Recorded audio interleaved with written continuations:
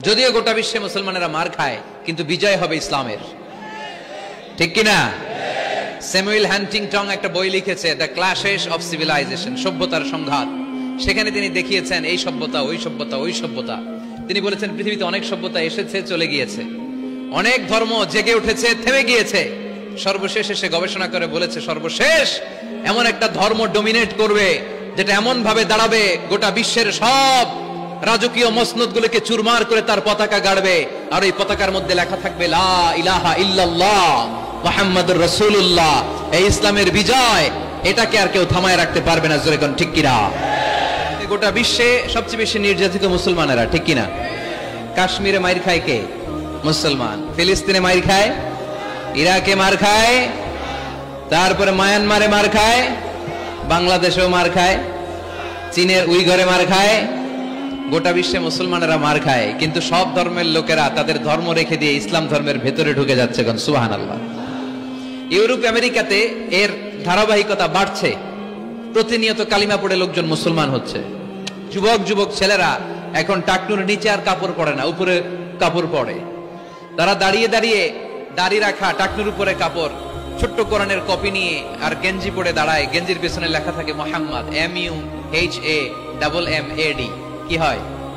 মোহাম্মদ। তাদের পিছনে, সবার গেঞ্জির পিছনে মোহাম্মদ দেখে খ্রিস্টানদের এই নাম মুখস্থ হয়ে গেছে। খোদ ইউরোপে নাকি বর্তমানে সবচেয়ে জনপ্রিয় নামের তালিকায় রয়েছে মোহাম্মদ। সবচেয়ে জনপ্রিয় ফেমাস নামের তালিকায় এখন ইউরোপে খোদ খ্রিস্টানদের রাজ্যে মোহাম্মদ নামটা সবচেয়ে জনপ্রিয় হয়েছে। গেঞ্জির পিছনে মোহাম্মদ নাম দেখে তাদের কৌতূহল। ঘটনা কি? এই ছেলেরা ভালো ভালো কাজ করে, রাস্তায় ময়লা থাকে, ময়লা ক্লিন করে, কিন্তু কারোর সাথে কথাবার্তা বলে না। গেঞ্জির পিছনে লেখা মোহাম্মদ। তারা বাড়িতে যে গুগল সার্চ ইঞ্জিনে লেখে যে দেখি তো এটা কি, MUHAMMAD। ইন্টারনেটে গুগল সার্চে যখন তারা মোহাম্মদ লেখে, তখন ইন্টারনেটে বিষ্ণু ঈসা ইসলামের জীবনী চলে আসে। তারা অবাক হয়ে জীবনী পড়তে থাকে। অনেকে পড়তে পড়তে চোখের পানি ছেড়ে অশ্রু বিসর্জন করে। যাদের নসিব ভালো, অনেকে কালিমা পড়ে মুসলমান হয়ে যায়। ইউরোপে যদি এরকম গণজোয়ার তৈরি হয়, তাহলে এটাই প্রমাণ করে ইসলামের বিজয়কে কোনো অপশক্তি ঠেকিয়ে রাখতে পারবে না। খ্রিস্টানরা যেখানে যে নামাজ পড়ে ওটারে কি বলে জানেন? গির্জা। ইংরেজিতে বলে চার্চ। এই ইউরোপ আমেরিকাতে ওরা ওদের চার্চ বা গির্জাগুলো বিক্রি করে দিচ্ছে। এর কারণ মাসেও একজন আসে না। কথা কয় না? আমরা 5 ওয়াক্ত পড়ি, 3 ওয়াক্ত পড়ি, 2 ওয়াক্ত পড়ি, সপ্তাহে তো হাজিরা দেই। কথা বলেন? কি বার? এই শুক্রবার বা জুমাবারে হাজিরাটা তো দেই। ওদের মাসের পর মাস যায়, কোনো মুসল্লি নাই। খালি ফাদাররা বসে বসে ওখানে পড়তেছে help us Jesus the son of God, ও গডের ছেলে ঈসা আম করে বাঁচাও, ও গডের পোলা ঈসা আম করে বাঁচাও। এই জিকির করতে থাকে। মাগার কোন খ্রিস্টান ওদের ইবাদত গাহে ঢুকে বছরেও একদিন যায় না। তো এই গির্জা দিয়ে ওরা কি করবে? সবাই মিলে এক কাম করে এটা বেচা দেই। মুসলমানদেরকে পাইছি শুধু কম দামে কিনে এটার মসজিদ বানায় দেই। সুবহানাল্লাহ। এত আসতে গোটা ইউরোপ আমেরিকার চার্চগুলো now it's changing to mosque. গির্জা থেকে এটা এখন মসজিদ হইতে শুরু করছে।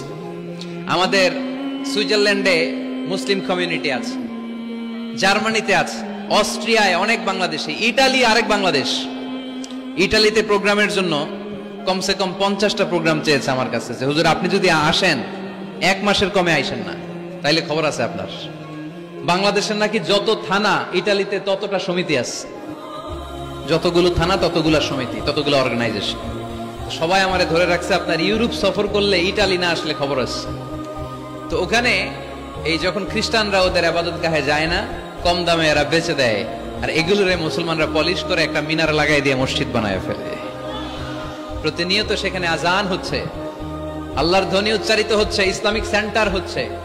স্ট্রিট দাওয়া মানে রাস্তায় দাঁড়িয়ে ইয়াং যুবক ছেলেরা দাওয়ার কাজ করে। এখন গণজাগরণ যুবকদের, তাদের কথায় মানুষ আকৃষ্ট হয় বেশি, ঠিক কিনা? রাসূল সাল্লাল্লাহু আলাইহি ওয়াসাল্লাম বলেছেন, আরব দেশে কেউ যদি লাল কপালওয়ালা উট পায়, তার চেয়ে দামি জিনিস আর হয় না। আমরা বর্তমানে কি পাইলে খুশি? কেউ হয়তো BMW পেলে সবচেয়ে খুশি, 1 কোটি টাকার বান্ডিল দিলে খুশি, ডুপ্লেক্স একটা বাড়ি দিয়ে দিলে খুশি, তাই না? তো আরব দেশে এগুলো পাইলে তারা বেশি খুশি হতো না, তারা লাল কপালওয়ালা উট পেলে খুশি হতো বেশি। বিষ্ণু ঈসা ইসলাম বলেন, তোমার কারণে যদি কেউ অন্য ধর্ম থেকে ইসলামে আসে জাহান্নাম থেকে জান্নাতি হতে পারে, লাল কপালের উট পেলে তোমার যত খুশি হওয়া উচিত তার চেয়ে তুমি বেশি খুশি হয়ে যাবা। এজন্য আমাদের দাওয়াতি কাজ বাড়ানোর দরকার আছে না নাই? উই অল আর দাঈ ইলাল্লাহ, আমরা সবাই দাঈ। দাওয়াতি কাজ আমাদের সবাইকে চালিয়ে যেতে হবে। আমাদের কমিউনিটিতে, আমাদের সমাজে, আমাদের গ্রামে, আমাদের ওয়ার্ক প্লেসে, যে যেই জায়গায় কাজ করি, যে যেই বাজারে ব্যবসা করি, ওইখানে আমার দাওয়াতি কাজ চলবে, ঠিক কি না? আল্লাহর দেয়া ধর্ম, ইসলাম কি বানানো ধর্ম? আমি চাইলেই কি কোরআনের আয়াত চেঞ্জ করতে পারবো? প্রধানমন্ত্রী ডোনাল্ড ট্রাম্প, কোন নবী, পৃথিবীর কেউ কোরআনের একটা আয়াতের চেঞ্জ করার ক্ষমতা রাখে? আয়াত তো দূরের কথা, একটা শব্দ, একটা অক্ষর, একটা নোক্তা। নোক্তা চিনেন? বায়ের নিচে কয় নোক্তা? তায়ের উপরে, সায়ের উপরে, ইয়ার নিচে, এগুলো চেঞ্জ করা যাবে? কথা বলেন। অসম্ভব। কোরআনকে চেঞ্জ করা যায় না। কোরআনের কপি যদি আগুন দিয়ে জ্বালিয়ে দেওয়া হয়, কোরআন শেষ হয়ে যাবে। এরকম পরিকল্পনাও করেছিল ইসলাম বিদ্বেষীরা, ভারতবর্ষ থেকে কিভাবে কোরআন সরানো যায়। তারা প্ল্যান করলো ভারতের কোরআনগুলোর মধ্যে আগুন ধরাই দিবে, তাহলে কোরআন শেষ। তাহলে কি কোরআন শেষ? তারা রিপোর্ট পাঠালো ইংল্যান্ডে, no, it's completely wrong, because they don't just write down the holy Quran in printed copy, they memorise the verses of Quran in their own hearts. তারা শুধু কাগজে কোরআন লিখে ছাপাখানায় ছাপায় না, তারা হেফজখানায় পড়ে পড়ে পড়ে পড়ে সিনার ভিতরে কোরআন ঢুকিয়ে রাখে। যদি আগুন লেগে ধ্বংস হয়ে যায়, ধ্বংস হয়ে যায়, যদি আগুন লেগে যায় পুড়ে যায় পৃথিবীর সব বইয়ের দোকান, বিশ্ব থেকে হারাবে না পবিত্র কোরআন, বিশ্ব থেকে হারাবে না পবিত্র কোরআন। সুবহানাল্লাহ পড়েন। কোরআনকে দূর করা সম্ভব না। এই কোরআনকে নাজিল করেছে কে? এজন্য এই ধর্মের বৈশিষ্ট্য হচ্ছে রব্বানি। এটা রবের দেয়া, এটা মন মস্তিষ্ক প্রসূত বানানো কোনো মতবাদ নয়। এই ধর্মটাকে আল্লাহ নিজের ধর্ম বলেছেন। আল্লাহ ইসলামকে বলেছেন দীনুল্লাহ। ইসলামকে কি বলেছে? ওয়ারাইতান নাস ইয়াদখুলুনা ফি দীনিল্লাহি আফওয়াজা। নবী আপনি দেখবেন লোকজন বানের পানির মতো কালিমা পড়ে আমার ধর্মে ইসলামে প্রবেশ করেছে। এটা আল্লাহর ধর্ম, রব কেন্দ্রিক। এজন্য আমরা যাই করি, যে দোয়াই করি, ওই দোয়ার শুরুতে রব আছে না নাই? আমরা যখন বলি আল্লাহ দুনিয়ার কল্যাণ দাও, আখিরাতের কল্যাণ দাও, আমরা দোয়াটা শুরু করি রব দিয়ে। কি দিয়ে? আমাদের দোয়া শুরু হয় কোন শব্দ দিয়ে? রব্বানা আতিনা ফিদ দুনিয়া হাসানাতাও ওয়া ফিল আখিরাতি হাসানাতাও ওয়া কিনা আযাবান নার। দোয়ার শুরুতে রব আছে না নাই? আবার পরে রব্বানা যালামনা আনফুসানা ওয়া ইল্লাম তাগফির লানা ওয়া তারহামনা লানাকুনান্না মিনাল খাসিরিন। সুবহানাল্লাহ পড়েন। ইসলাম মানব কোনখানে? ইসলাম মানব কতক্ষণ? দেহে প্রাণ আছে যতক্ষণ। ফ্যামিলিতে, সমাজে বাস্তবায়ন করতে হবে, তা না হলে পরিবর্তন আসবে না। আমরা পরিবর্তন চাই। We need change, we have to change, we like change. আমরা এই ঘুণে ধরা সমাজকে কোরআন দিয়ে পরিবর্তন করে দিতে চাই। আমরা বিপ্লবের অংশীদার হতে চাই। আমরা অনাচার মুক্ত সুন্দর সমাজ চাই। সেজন্য এই কথাগুলো, মেসেজগুলো ধারণ করতে হবে, বলতে হবে, শেয়ার করতে হবে, বলতে হবে, শেয়ার করতে হবে, হজম করতে হবে, জীবনে আমল করতে হবে, ঠিক কিনা? তো এইভাবে এই মেসেজগুলো ধারণ করতে হবে, লালন করতে হবে। এবং কোন জায়গায় ভুল করতে চাইলেই আল্লাহর ভয়ে থেমে যেতে হবে, অন্যায় করা যাবে না। কারণ আমি ওয়াদা দিয়েছি, ইসলাম মানবো কোনখানে? না শুধু মসজিদে, মাদ্রাসায়, মাহফিলে, কোনখানে? মনে থাকবে মুসলমান। ইসলাম মানবো কতক্ষণ? পেটে ব্যথা যতক্ষণ। যতক্ষণ পেটে ব্যথা তখন আল্লাহরে ডাকে। পেট ব্যথা নাই, আল্লাহ নাই, এরকম ডাকাইতেছে না? নাই না। সুস্থ অবস্থায়ও ইসলাম মানবো, সুস্থ অবস্থায়ও, দুঃখের দিনেও মানবো, সুখের দিনেও। তাহলে আওয়াজ করে বলেন, ইসলাম মানবো কতক্ষণ? দেহে প্রাণ থাকে যতক্ষণ, ঠিক কিনা?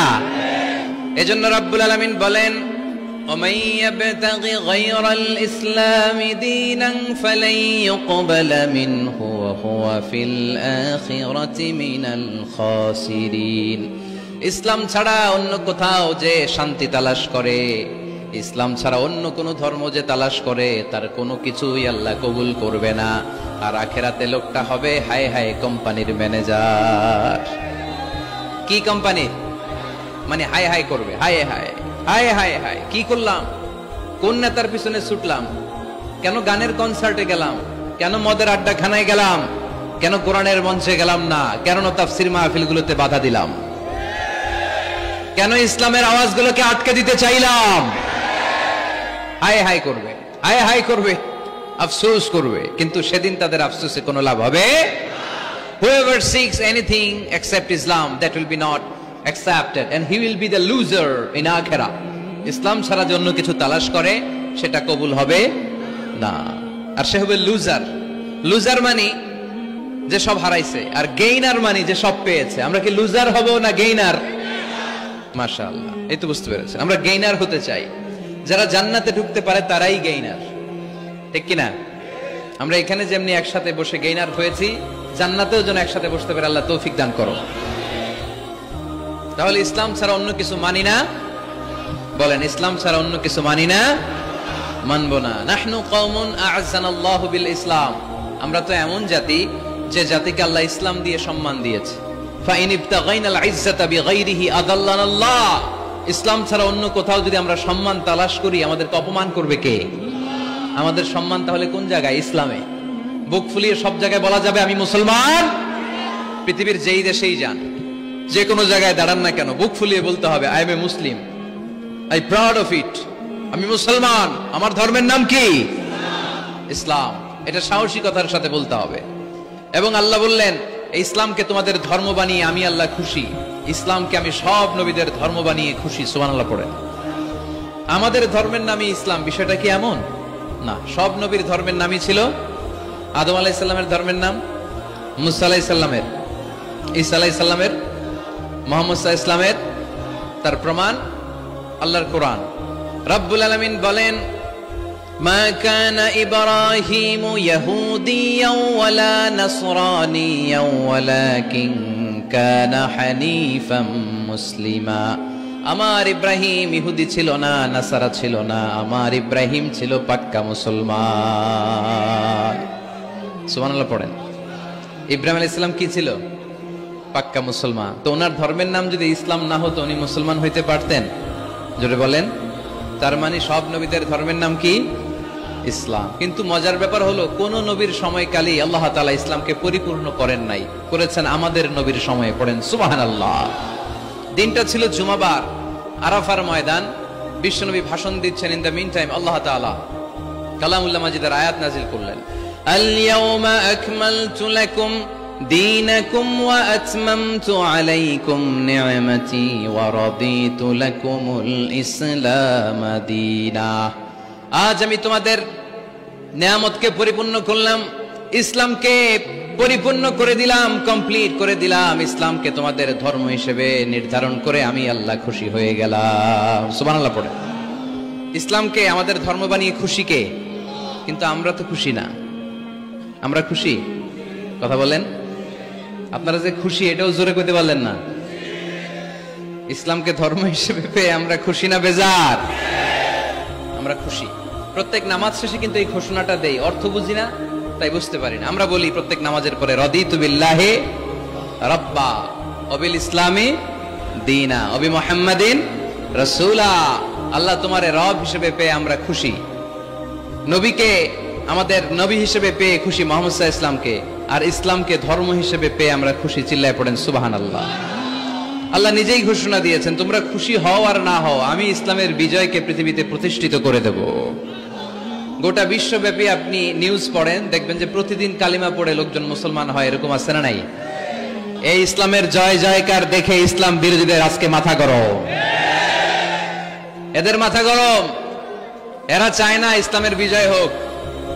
মানুষ পঙ্গপালের মতো ইসলামের দিকে ছুটে চলেছে, ধাবিত হচ্ছে, ঝাঁপিয়ে পড়ছে, ইসলাম এগিয়ে যাচ্ছে, ভিক্টরি সাইনের দিকে ইসলাম ধাবিত হচ্ছে। এটা ওদের সহ্য হয় না। চিল্লায় বলেন ঠিক কিনা? আল্লাহ বলেন তোদের সহ্য হোক আর না হোক, ইসলামের বিজয়কে আমি পৃথিবীর মধ্যে প্রতিষ্ঠিত করে দেবো। জোরে কোন ঠিক কিনা?